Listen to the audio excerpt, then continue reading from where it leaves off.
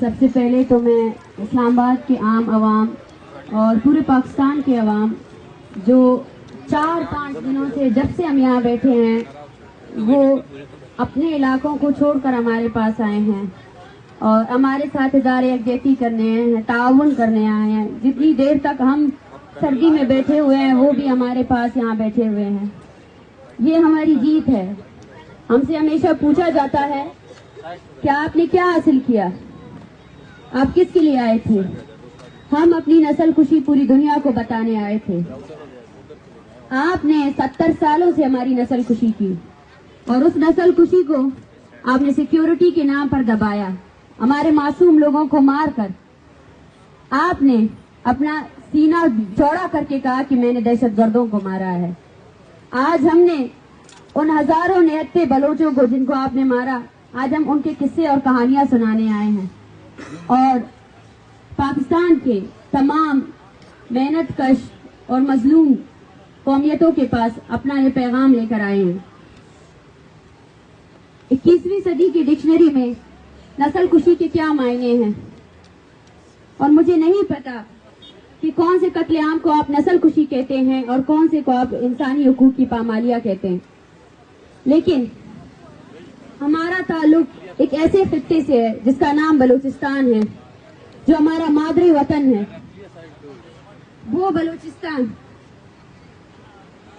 جہاں انسانی حقوق کے سخت ترین قوانین ہونے کے باوجود بھی جبری گمشدہ کیا جاتا ہے لوگوں کو، جہاں انسانی حقوق کے سخت ترین قوانین کے باوجود بھی لوگوں کو مارا جاتا ہے، ان کی لاشیں پھینکی جاتی ہیں. ہمارا سوال ان نام نہاد ترقی پسند دنیا سے ہے، اس گلوبل ورلڈ سے ہے جس نے بہت دیر پہلے ہی دنیا میں امن کا ایک ڈکلیریشن تو کر لیا تھا، لیکن آج وہ بلوچ نسل کشی پر کیوں خاموش ہے؟ کیا آپ کو پتا ہے کہ بلوچستان میں ایک ایسی جگہ بھی ہے غزدار توتک جہاں 300 کے قریب لاشیں دفن ہیں جو بلوچ لاپتہ افراد کے ہیں، جن کو کسی نے آئیڈینٹیفائی نہیں کیا. بلوچستان میں ایک ایسا قبرستان بھی ہے جہاں پہ بلوچ لاپتہ افراد کی شناخت کیے بغیر جو ہے نا دفنا دیا جاتا ہے. بلوچستان کا کوئی ایسا اسپتال نہیں ہے جہاں مسخ شدہ لاشیں نہیں ہوں، اور جب وہ مسخ شدہ لاشیں گل سڑ جاتی ہیں، یہ ریاست تو ہم سے اب ظلم کی انتہا تو دیکھے.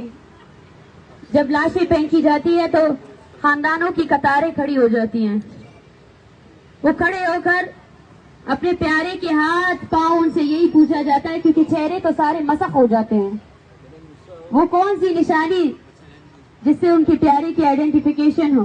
وہ کھڑے ہو جاتے ہیں لائنوں میں. کتنی اذیت سے گزرتے ہیں آپ.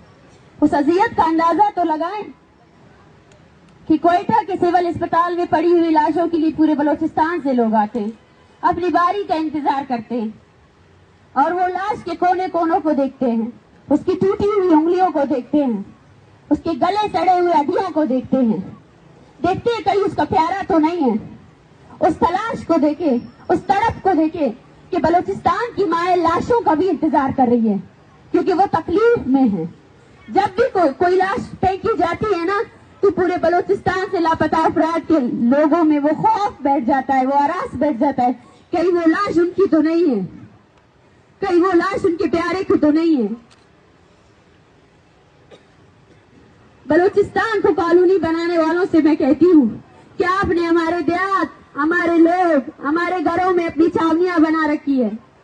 کیا آپ کو پتا ہے کہ بلوچستان میں جاؤ سے لے کر مکران، کولو ایسے ہزاروں کی تعداد میں لوگ ہیں جن کو فورسفلی دربدر کیا گیا ہے، جو اپنے علاقوں میں نہیں ہے، جو اپنے گھروں میں نہیں ہے. آج تہذیب یافتہ دنیا یہ کہتی ہے، ہزاروں کی تعداد میں NGOs بنائے گئے ہیں جو بچوں کی پرورش اور ان کی تربیت کے لیے کام کرتے ہیں، مگر میرے پیچھے بیٹھے یہ بچے، یہ بلوچستان کے بچے ہیں، یہ پیدائشی طور پر اپنے والد کو نہیں جانتے ہیں. اپنے والد ان سے ان کا بچپن کا حق چھینا گیا ہے. کچھ ادارے یہاں اسلام آباد میں آئے، انہوں نے کہا ہم ان بچوں کو کتابوں سے جوڑیں گے، ان کو کھیلنا کودنا سکھائیں گے،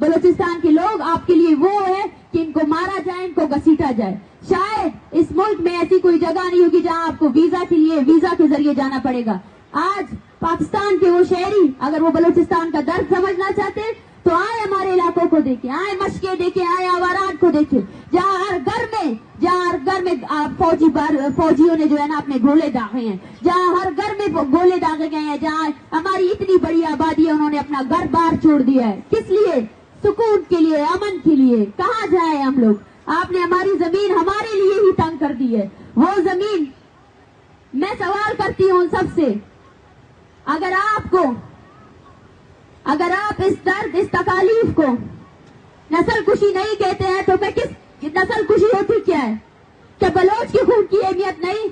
کہ وہ لاشیں جو آپ گرا رہے, کہ ہماری لاشوں کی کوئی اہمیت نہیں ہے؟ یہ متصابانہ رویہ کیوں؟ آپ نے آج تک 70 سالوں سے یہ سوال جو ہے نا ریاستی اداروں سے نہیں کیا. آپ نے آج تک یہ سوال جو ہے نا آپ میں سے کسی نے بھی نہیں دیکھا کہ بلوچستان کس آگ میں جل رہا ہے. وہ بلوچ جس نے ہمیشہ سے اپنی عورت کو عزت دی, آپ نے اس کی عورت کو اپنی گلیوں میں گھسیٹا, آپ نے اس کی عورت کو مارا. اس جبر کو آپ کیا وہ آئیڈینٹیفائی کر سکتے ہیں؟ اس جبر کو, اس تکلیف کو؟ ہم سے یہ پوچھا جاتا ہے کہ اس تحریک کا آگے کا لائحہ عمل کیا ہوگا. یہ تحریک پورے بلوچستان کی تحریک ہے, اور یہ میں واضح الفاظ میں کہنا چاہتی ہوں, یہ بلوچ نسل کشی کے خلاف تحریک ہے. آپ نے ہمارے 7 نسلوں کو مارا مذاکرات کے نام پر. نوروز خان کو قرآن کا واسطہ دے کر ان کو بھی قتل کر دیا. آپ کو لگا کہ نوروز خان کے قتل کے بعد شاید بلوچ جو ہے نا خاموش ہو جائیں گے, لیکن ایسا نہیں ہوا اور ایسا ہوگا بھی نہیں. آپ نے 2006 سے لے کر آج 2023 تک بلوچوں کی وہ ایسٹس جو بلوچستان کی تقدیر بدل سکتے تھے, آپ نے چن کر ان کو مارا اور اس کو جسٹیفائی کیا. سوال یہ نہیں پوچھا جائے کہ بلوچ کیوں جبری گمشدہ ہوتے ہیں, سوال یہ پوچھا جائے کہ پاکستان کی ریاست اور پاکستان کا آئین بلوچستان میں کیوں نافذ نہیں ہے. کیا پاکستان میں سول ڈیموکریسی ہے؟ سول ڈیموکریسی ہے تو پاکستان کی جوڈیشری جو ہے نا آج تک لاپتہ افراد کے جو کیسز ان کے اداروں میں, ان کی عدالتوں میں جمع ہیں, ان پر کیوں فیصلہ سازی نہیں کر سکتی؟ کیا پاکستان کی جو اسمبلیاں ہیں ان کے پاس بلوچستان کے مسئلے کا حل کیا ہے؟ انہوں نے کیوں اپنی 80% آپ کے ملک کا 80% جو وسائل جو دفاعی بجٹ میں آپ دیتے ہیں نا, اس 80% سے جو ہے نا ہمیں قتل کیا جاتا ہے. آپ کے ٹیکس سے, ہمارے وسائل سے ہمیں قتل کیا جا رہا ہے. دنیا میں نیوکلیئر ویپنز دنیا کے سائنسدانوں نے ریسرچ بیس پہ کہا ہے کہ نیوکلیئر ویپن سے انسانی جانوں کو نقصان ہو سکتی ہے, زمینوں کو نقصان ہو سکتی ہے. لیکن کیا آپ کو پتا ہے 1998 میں جو جوہری ٹیسٹ بلوچستان میں کیا گیا وہ عام آبادی کے اوپر کیا گیا. اس کی وجہ سے چاغی میں آج بھی اب نارمل بچے ہیں, آج بھی معذور بچے ہیں, آج بھی وہاں ایک ماں بھی ایک نارمل بچے کو پیدا نہیں کر سکتی ہے. وہ بلوچستان جو اپنے نایاب وسائل کے لیے جانا جاتا تھا, آج اس بلوچستان کو اپنے نایاب موذی بیماریوں, کینسر کی بیماریوں کی جگہ بنا دی ہے, ڈیرا بنا دیا ہے. اور اسی بلوچستان میں جس کو ہم نے کینسر زدہ کر دیا ہے, وہاں کوئی میڈیکل ٹیسٹ بھی اویلیبل نہیں ہے, نہ ہی وہاں پر جو ہے نا ایک ایسا ہاسپٹل ہے جو ان لوگوں کا علاج کر سکے. اور آپ پھر کہتے ہیں کہ یہ نسل کشی نہیں. آپ کو کیوں لگتا ہے کہ انسان اور خاص کر بلوچ کی تاریخ, جائیں اٹھائیں بلوچ کی تاریخ کو دیکھیں. یہ لوگ جو یہاں آئے ہیں نا, ان سے ہزاروں کی تعداد میں لوگ یہاں آ سکتے ہیں, ہزاروں کی تعداد میں لوگ اٹھے ہیں. یہ اپنے خاندانوں کو نہیں بھولیں گے اور نہ ہم بھولنے دیں گے, کیونکہ ہمارا وجود ایک قوم کی حیثیت سے ہے. ہم اجتماعی طور پر جیتے ہیں اور اجتماعی طور پر مرتے ہیں. اگر آپ کو بلوچ سے چھٹکارا چاہیے تو آپ اپنے ایٹمی بم بلوچ پر مار کر اس کو ختم کر سکتے ہیں, اس کے علاوہ اور کوئی راستہ نہیں ہے.